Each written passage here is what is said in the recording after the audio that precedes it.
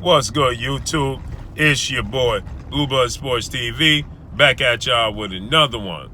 So, I'm hearing a lot of rumblings, and I'm hearing a lot of talk that Luis King Kong Ortiz is in much better shape, and a lot of people feel, a lot of boxing pundits, a lot of reporters and fans are feeling like Ortiz is primed to upset Deontay Wilder November 23rd in Las Vegas, Nevada, in a highly anticipated rematch. I'm hearing a lot of people all of a sudden feeling like this after they seeing, fight camp with Ortiz, and they seeing Larry Wade, who's a high-profile strength and condition coach, who's actually the strength and condition coach for one Showtime Sean Porter, former WBC two-time welterweight superstar boxer.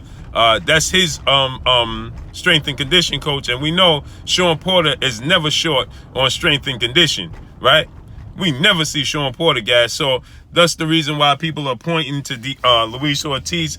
And not to mention in the first fight, see, this is the problem, right? A lot of people felt like in the first fight, it was a very, very close fight, right? They felt like Ortiz had an opportunity to win the fight, but they look for excuses to discredit and anything to discredit undefeated WBC American heavyweight champion Deontay the Bronze Bomber Wilder. They look for anything to discredit that man. So what they do is, right, this is what they do to discredit Deontay Wilder, right? They try to subtract from his opponents. They try to subtract anything they can from his opponents to discredit his W's over those opponents, right? And so when it came to Ortiz, everybody used his age. But when Ortiz had the minor success in the fight, right, Deontay Wilder was exposed. You understand what I'm saying? When Ortiz had that 7th round, he had success in the 7th round, and people felt like Deontay Wilder wouldn't escape that 7th round, right? They found reasons and excuses to say, well, the referee helped Deontay Wilder, thus the reason why he got out the round. Or they felt like, the boxing commission in New York helped Deontay Wilder survive the 7th round. So these are the excuses that they use. So now, we know that most people's fighters like Anthony Joshua and Tyson Fury and Dillian White and, these guys refuse to step in the ring with Luis King Kong Ortiz. That's a fact. That's a fact, right? Up until the point where we saw Anthony Joshua offered Ortiz to fight when Jarrell Big Baby Miller was subtracted from their June 1st fight, which saw Luis Ortiz played his cards all wrong. He was playing checkers and they was playing chess. He thought that they was in a position of and they was going to act out of desperate, out of being desperate, and that didn't prove well. They passed on him. But guess what? At the end of the day, that didn't prove well for them either, because they passed on Ortiz and went with Andy Ruiz Jr., who's now the current unified Mexican heavyweight world champion, right? That's not by coincidence. You understand what I'm saying? So they too thought that they was playing checkers. Thought that they was playing chess, and they was playing checkers as well, because Ortiz, Andy Ruiz pulled the upset. He pulled the unthinkable, right? So, they thought they had options. They didn't have options, right? Because at the end of the day, what happened is they put themselves in a position where now they're going into a very, very important and very, very dangerous rematch with Andy Ruiz December 7th in Saudi Arabia. But the thing is, here's the thing, right? See, this is the thing, right? People see, it's kind of out of sight, out of mind. They know deep down in their heart, that it's a very, very tough fight for Ortiz to win. And guess what? You're going to hear all types of excuses when Deontay Wilder is victorious in his fight. You're going to hear that Luis Ortiz was 50 years old. You're going to hear talks of his age. You're going to hear talks of, well, you watched his last 2 fights and he didn't look that good, and so on and so forth, right? You're going to hear talks of people saying that nobody wanted to see this fight. But right now, building up and leading up to the fight, you got people actually feeling like there's a possibility and an opportunity for Ortiz to pull the upset, right? You got people feeling like, Ortiz is in the best shape of his life. He's looking good, right? So many different people are feeling this way. I'm not one of them. I think that, like I stated, I think that it may be a tougher fight than I originally thought that it was going to be. When I see, sometimes it's fool's gold, right? So when I seen Ortiz getting in shape and I see that he in the best shape of his life and he brought in Larry Wade and he made adjustments, he now training in Vegas. He's not training in he usually trains in Miami, right? He's not training in Miami, he's training in Vegas. He left away from his family, you know, he's away from everybody, he's secluded in Vegas, right? So he's on a strict diet, you know, he seems like he's in the best shape of his life. Like I say, he brought in Larry Wade, right? That speaks volumes. I think Larry Wade is the best strength and condition coach in the sport of boxing, bar none, hands down, right? A lot of people argue Alex Ariza, you know, but I think it's Larry Wade, right?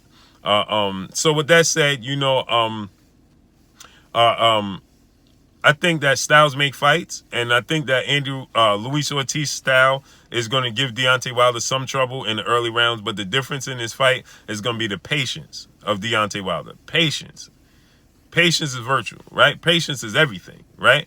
So the patience of Deontay Wilder in this fight, you know, that he didn't have in the first fight, you know, well, he did have patience in the first fight. He didn't have patience. He didn't show too much of patience in the first Tyson Fury fight.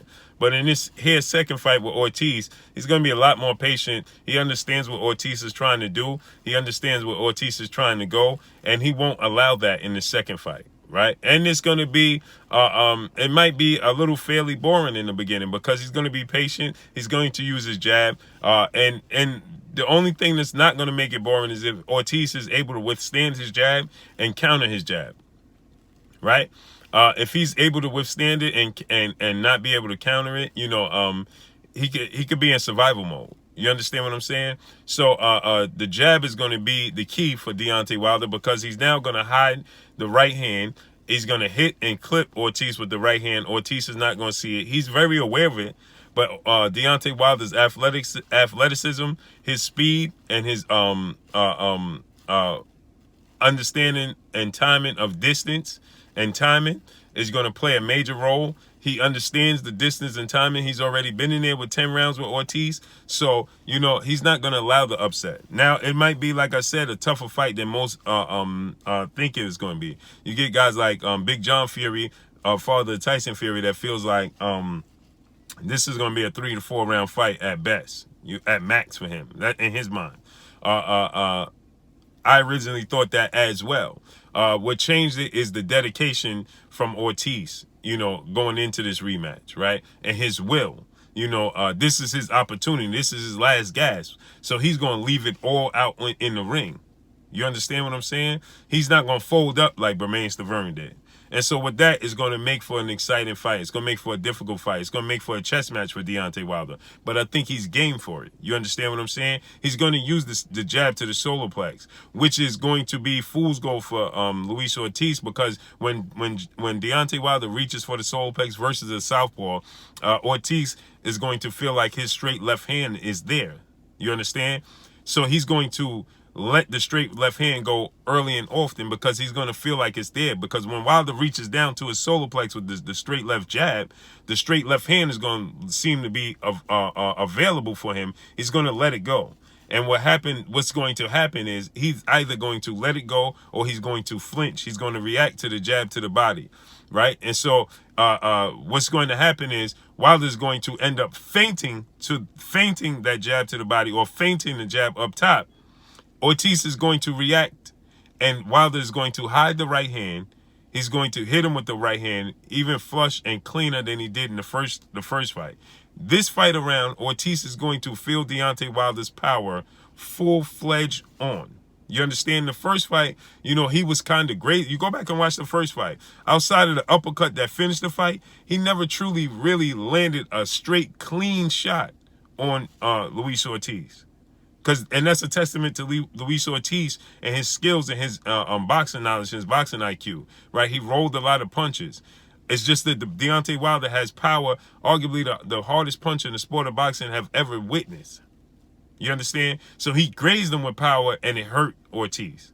You understand? But this time, he's going to hide it, a la he did against Dominic Brazil. He's going to hide the right hand, right? He's going to feint. He's going to use a lot of feints this time. He's not going to be so skeptical and wary of Ortiz's left hand. Now he knows that the left hand, you know, is an area he don't want to cross. You understand?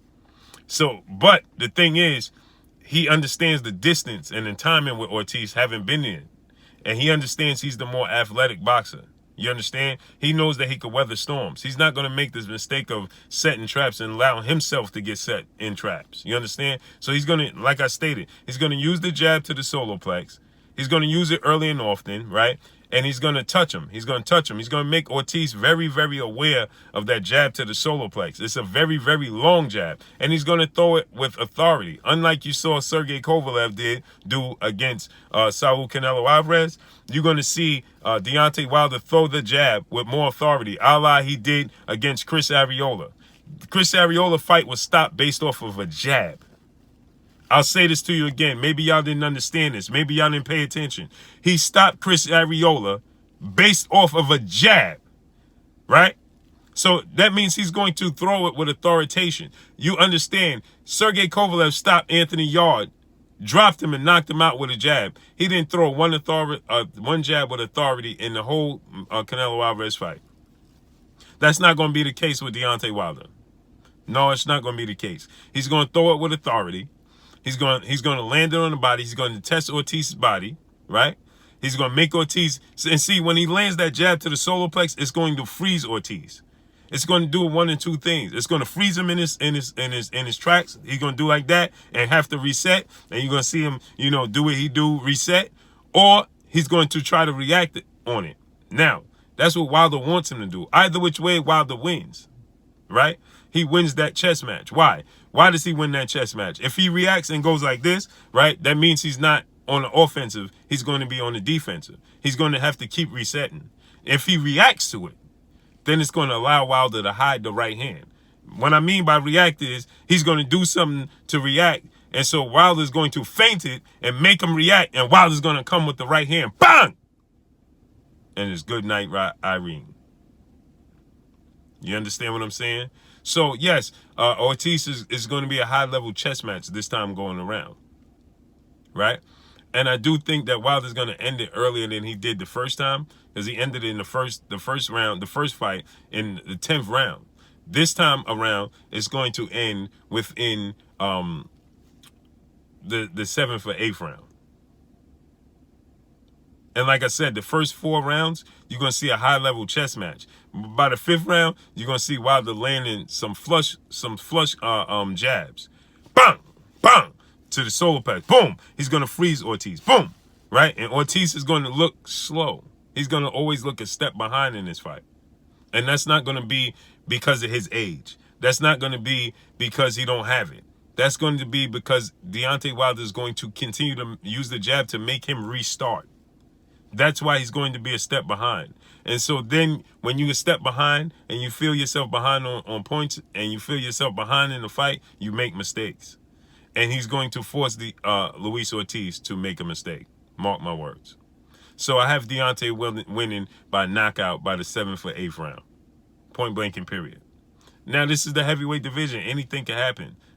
Can Ortiz win? Yes. Will he win? No. Deontay Wilder by 7th, 8th round knockout. You will not get an upset.